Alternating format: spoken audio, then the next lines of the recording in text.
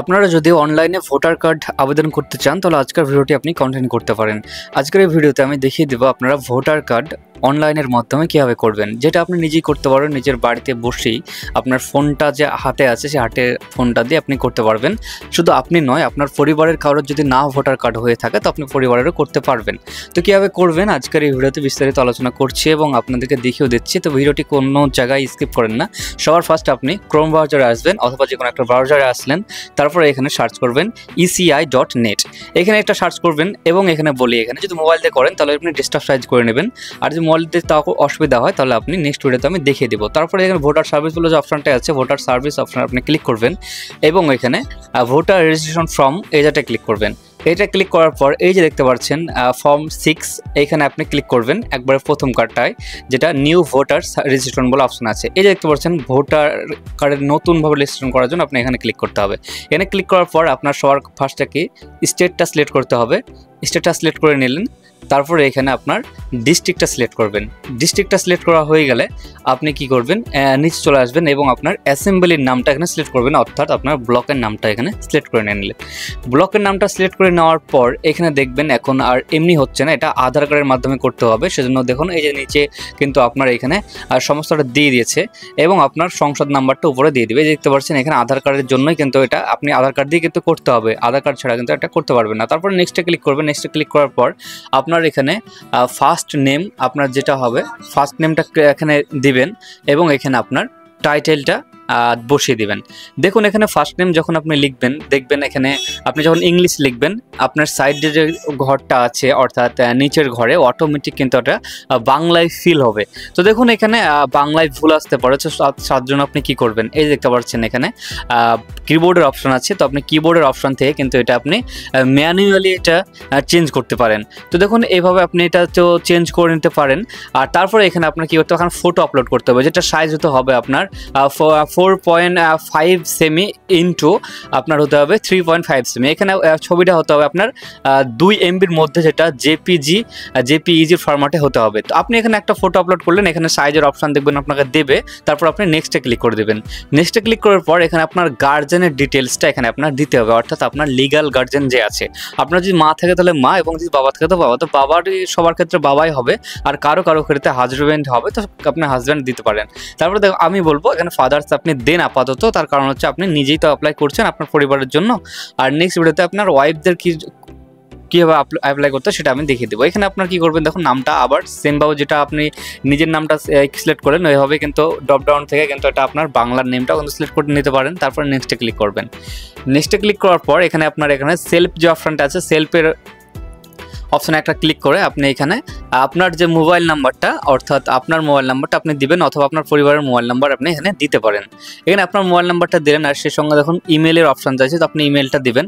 আর তার আগে বলি, প্রথমে হয়তো লগ ইন করে আপনারা খুঁজে পাবেন না অপশানগুলো, আপনাকে প্রথম কিন্তু লগ ইন করতে হবে, সাইন আপ করতে হবে ওয়েবসাইটে।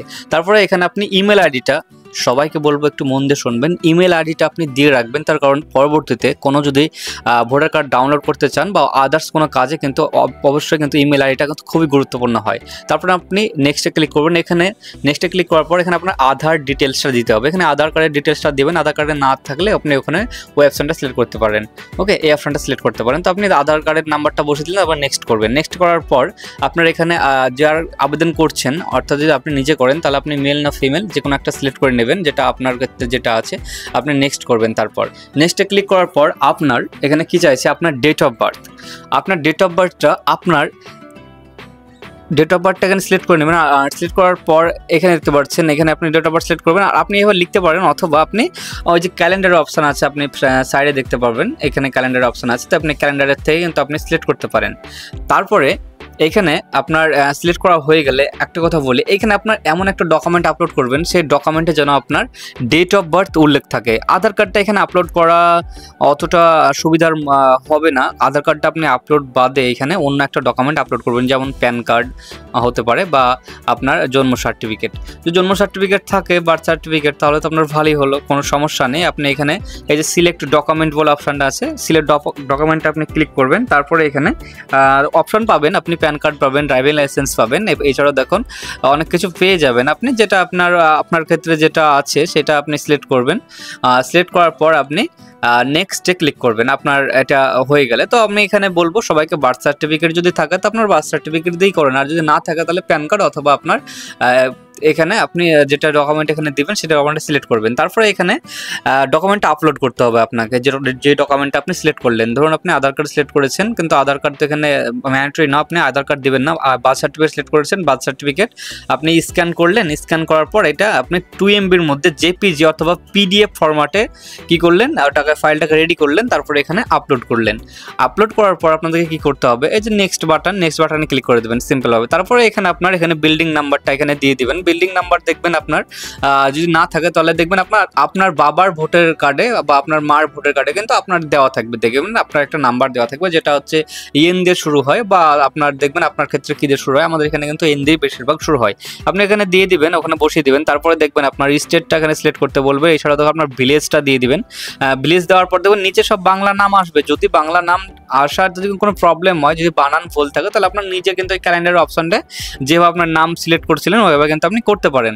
আর নিচে দেখবেন আপনার এখানে পোস্ট অফিস, তারপরে দেখুন পিনকোড, তারপরে আপনার মহল্লার সমস্ত কিছু অ্যাড্রেস কিন্তু আপনার দিতে হবে। আপনি এখানে সমস্তটা ফিল করে নেবেন দেখে তারপরে দেখুন নিচে চলে আসবেন। এখানে আপনার যে ডিস্ট্রিক্ট আছে ডিস্ট্রিক্টটা সিলেক্ট করবেন। এছাড়াও আপনার এখানে ডিস্ট্রিক্টটা সিলেক্ট করা হয়ে গেলে আপনার এখানে একটা ডকুমেন্ট সিলেক্ট করতে হবে। তো ডকুমেন্ট আপনি কি ডকুমেন্ট দেবেন, আর এখানে আপনি এইখানটায় আপনি আধার কার্ডটা দিয়ে দিবেন। এখানে আধার কার্ড দেবেন, সমস্যা নেই, আধার কার্ড দিয়ে দিবেন। তারপরে আপনি এখানে আধার কার্ডটা কিন্তু আপনাকে সিলেক্ট করে নিলেন। তারপরে কিন্তু এটাকে আপনার PDF করতে হবে। PDF স্ক্যান করে আপনি PDF করলেন। যদি বড় আধার কার্ড হয় সামনেকার পেজে শুধু PDF করবেন, তারপরে এখানে আপলোড করে দেবেন সেমভাবে যেভাবে বার্থ সার্টিফিকেট আপলোড করেছেন। তারপরে নিচে চলে আসবেন, নেক্সট বাটনে ক্লিক করে তারপরে এখানে দেখবেন যদি যে ব্যক্তি আপনার আবেদন করছেন বা আপনার যদি আবেদন করছেন আপনি যদি ডিসেবল হন বা হ্যান্ডিক্যাপ হয়ে থাকলে আপনি এটা সিলেক্ট করতে পারেন। এখানে সিলেক্ট করার পর এখানে পার্সেন্টেজ কত, মানে কত পার্সেন্ট ডিসেবল আছে এগুলো কিন্তু এখানে সিলেক্ট করতে হয়। তারপরে এখানে নিচে দেখবেন আপনার এটাও কিন্তু ডকুমেন্ট আপলোডের অপশান আছে। তো আপনি এখানে ডকুমেন্টটা আপলোড করতে হবে। আপনার যে সার্টিফিকেটটা আছে, যদি আপনি হ্যান্ডিক্যাপ সার্টিফিকেট কিন্তু আপনি আপলোড করতে হবে। তারপরে আপনি নেক্সটে ক্লিক করে দেবেন। এখানে আপনার ডকুমেন্টটা আপলোড করার পর সেমভাবে 2 MBর মধ্যে রাখতে হবে। ওকে, PDF জেপিজি অথবা আপনার জেপিজি নিবে, তারপর জেপিজি নিবে। ওকে, তারপরে এখানে আপনার ফ্যামিলি মেম্বারের একটা যে কোনো একটা মেম্বারের বা আপনার বাবার বা আপনার মার এখানে ভোটারের কি করবেন, কার্ডের নাম্বারটা এখানে নেবেন অথবা আপনার দেখে নেবেন। দেখে এখানে ভোটার কার্ডের নাম্বারটা আপনি যার দেবেন তাকে এখানে সিলেক্ট করবেন।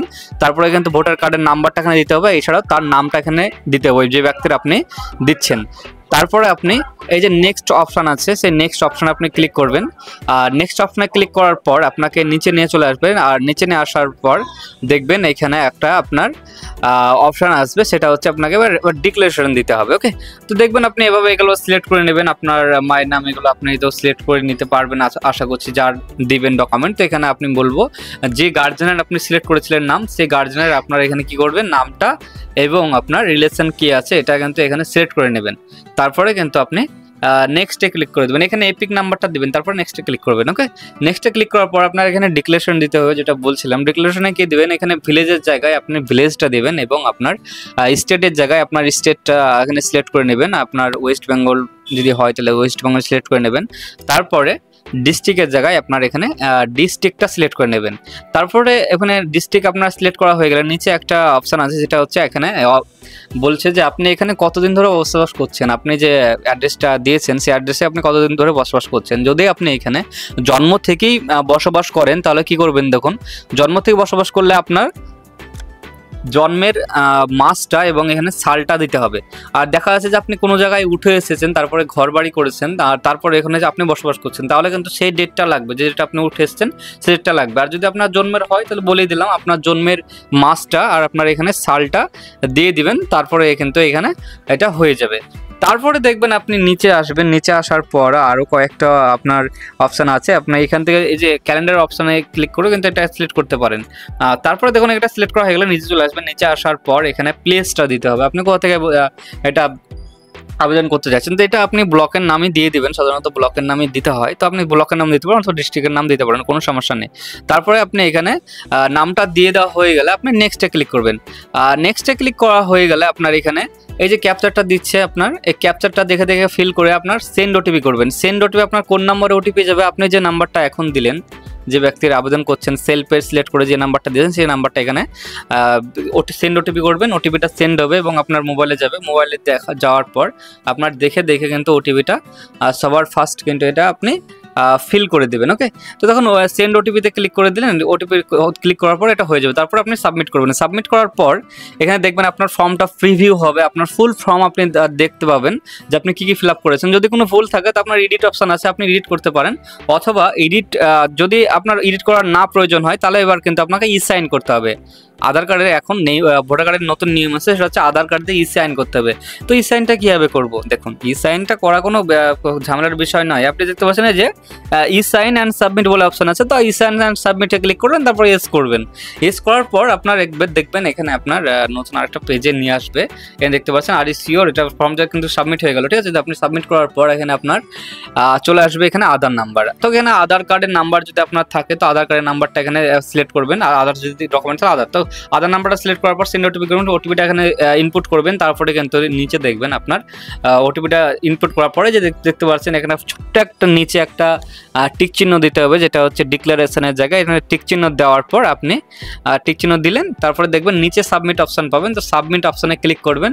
সাবমিট অপশানে ক্লিক করার পর আপনার ভোটার কার্ড সম্পূর্ণভাবে আবেদন হয়ে গেছে। আপনার যে ভোটার কার্ডটা আপনি আবেদন করলেন বা যারা আবেদন করে থাকুন না কেন, এটা কিন্তু 3 থেকে 6 মাস মতো সময় লাগে, একটু সময় লাগে আসতে। তারপরে কিন্তু আপনার বাড়িতে চলে আসবে পোস্ট অফিসের মাধ্যমে। আর তার আগে কিন্তু আপনি অনলাইনের মাধ্যমে এটা ডাউনলোড করতে পারবেন।